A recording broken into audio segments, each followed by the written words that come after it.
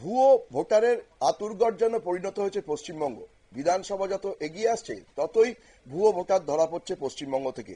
এবার দু জায়গায় নাম তুলে বিতর্কের মুখে পড়লেন তৃণমূলের কাউন্সিলর। ডানকুনি পুরসভার কাউন্সিলর কবিরুল আলমের নামে অভিযোগের তীর। তিনি দু জায়গাতেই ভোটার তালিকায় নাম তুলেছে বলে অভিযোগ জানিয়েছেন বাংলার বিরোধী দলনেতা শুভেন্দু অধিকারী। টুইট করে এই বিস্ফোরক দাবি করেছেন তিনি। এই প্রসঙ্গে বিস্তারিত জেনে নেব। সঙ্গে রয়েছেন আমাদের প্রতিনিধি শেখ মনিরুল। মনিরুল, কি জানা যাচ্ছে, কি হয়েছে বিষয়টি বা কিভাবেই জানা গেল? দেখো, ভোটার তালিকা সংশোধন নিয়ে যখন তৃণমূল কংগ্রেস চিৎকার করা শুরু করছে, এসআইআর তারা করতে দেবে না, কাগজ আমরা দেখাবো না বলে যখন তৃণমূল কংগ্রেসের সভ্য সমর্থকরা সোশ্যাল মিডিয়া জুড়ে পোস্ট করছে, সেই সময় একটি কাগজে আরো বিতর্ক, নতুন করে একটা বিতর্ক জমা তুলে দিল। কেন আমরা কাগজ দেখাবো না আর কেন কাগজ দেখাবো?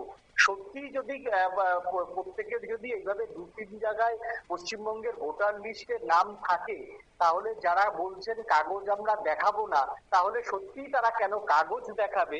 এই প্রশ্নটা কিন্তু উঠতে শুরু করেছে। এবার তোমাকে আমি বলছি যে কেন এই কথাটা উঠছে, যে পশ্চিমবঙ্গের অন্যতম ডানকুনি পুরসভা, কলকাতা শহর সংলগ্ন যে ডানকুনি পুরসভা, হুগলি জেলার ডানকুনি পুরসভার কাউন্সিলর কবিরুল আলম, আবারও নামটা ভালো করে বলছি, যে হুগলির ডানকুনি পুরসভার কাউন্সিলর কবিরুল আলমের তার দু জায়গায় ভোটার তালিকার নাম জল করছে। যে দু জায়গায় ভোটার তালিকায় নাম রয়েছে কবিরুলের, আমি একবার সেই জায়গাটা বলছি, 194/297 নম্বর বুথ, ক্রমিক নম্বর 196, এবং 194/291 নম্বর বুথ, ক্রমিক নম্বর 93। এই দুটো জায়গাতে তার একেবারে ভোটার লিস্টে তার নাম রয়েছে।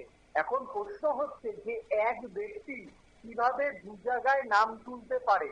এই যে সদ্য সমাপ্ত যে লোকসভা নির্বাচন, তাহলে প্রশ্ন উঠছে এই যে কবিরুল, যে তৃণমূল কাউন্সিলর, তাহলে কি আমি বলছি, কারণ এটা এখনো পর্যন্ত প্রমাণ পাওয়া যায়নি, তাহলে কি তিনি তোমার হচ্ছে সদ্য সমাপ্ত লোকসভা নির্বাচনে দু জায়গাতেই ভোট দিয়েছে? প্রশ্নটা কিন্তু এবার থেকে উঠতে শুরু করেছে।